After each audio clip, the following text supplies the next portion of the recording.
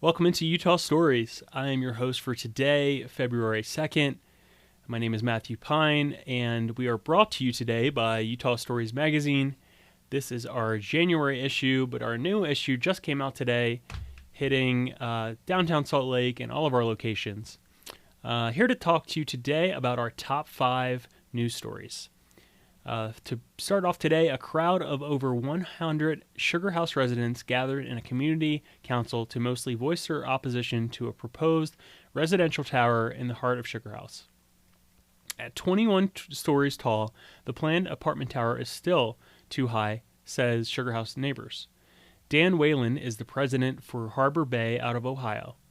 He told the crowd his firm would revise its original application to build up to 305 feet at that corner as part of what it says is a more sustainable strategy on development. The new maximum, he said, would be 240 feet, still more than double the 105 feet permitted now in that area. With the city's population growing, still at 1% yearly, density is coming, Whalen said. Height as a result of density is going to happen. To that end, we want to show you the right way to do it. Several residents were worried about how the project would impact the neighborhood. The apartment tower would cast dark shadows over adjacent homes, offices, and businesses at key times of the day, with popular Sugar House Coffee on 1100 East among them. Architects with HPA said designs sought to situate the building on the property to lessen those effects. So how will this project impact traffic? The developer Dan Whalen said, according to the Salt Lake Tribune, the firm has yet to conduct in-depth traffic studies on the project. This comes on the heels of the Sugar House construction, which is affecting many businesses down in downtown Sugar House. We've seen it personally, talked to Bob at All About Coins. We've talked to Chris at Fankhauser Jewelry.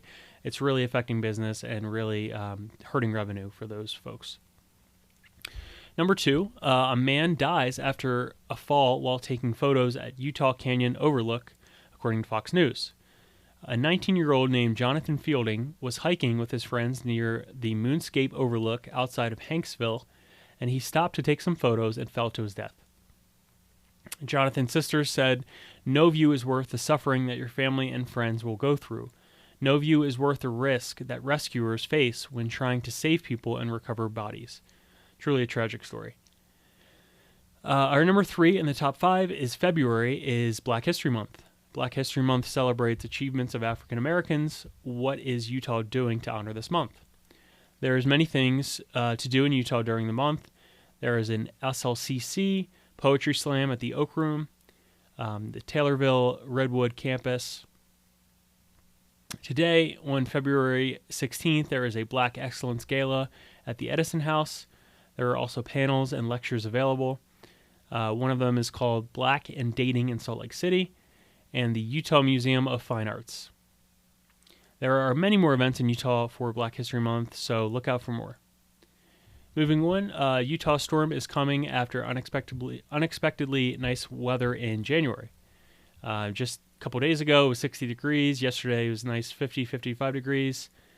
And so after this nice weather, a storm is finally coming. This winter, compared to last winter, has been much, much less snowy.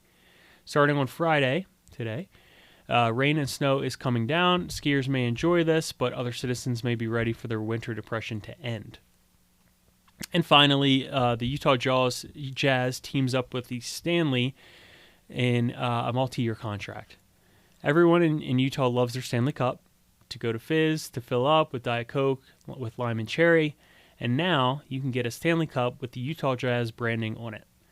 The Utah Jazz announced a multi-year agreement with Stanley, and now Jazz fans can access co-branded Stanley products with this agreement in place.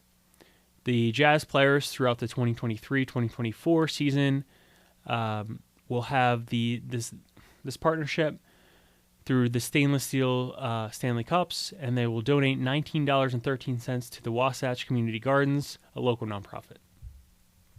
That wraps up our top 5 of the day, and the question of the day is, do you prefer a winter with lots of snow or nicer weather? I'm one of those crazy people that loves winter. I love the snow. I really enjoy the winter weather. I just do. It's part of living in Utah, especially. You're going to face a lot of that harsh, bitter cold, but I love Christmas. I love a lot of the holidays that surround wintertime, so that's more of my preference. And then with our adventure of the day, the Utah Crater at Homestead Farm. You can soak, snorkel, swim, and dive. This truly looks like one of the coolest tourist attractions in all of Utah. Obviously, you have the salt flats out towards Wendover in the western part of the state. You have Zion, Bryce Canyon, Arches down in the southern part of the state. But this can be found just 40 to 45 minutes away from Salt Lake in Midway, out towards Park City. The Utah Crater at Homestead Farm is something you definitely want to check out. And finally, if you're not subscribed to Utah Stories already, you can do so by going to utahstories.com and just subscribe for $3 per month, $36 per year. It's a really great deal to have our magazine sent directly to your home. This is the January issue. Again, the February issue dropped today, came out to many locations downtown in Ogden, Park City, and Moab as well. So if you live near those locations, you can make sure to pick one up. And if not, just send it directly to your home. If you don't feel like finding one or don't live close to those locations, we'll send it directly to you for $3 a month. Thank you so much for listening to this Top 5. I've been your host, Matthew Pine, and we'll see you again on Monday.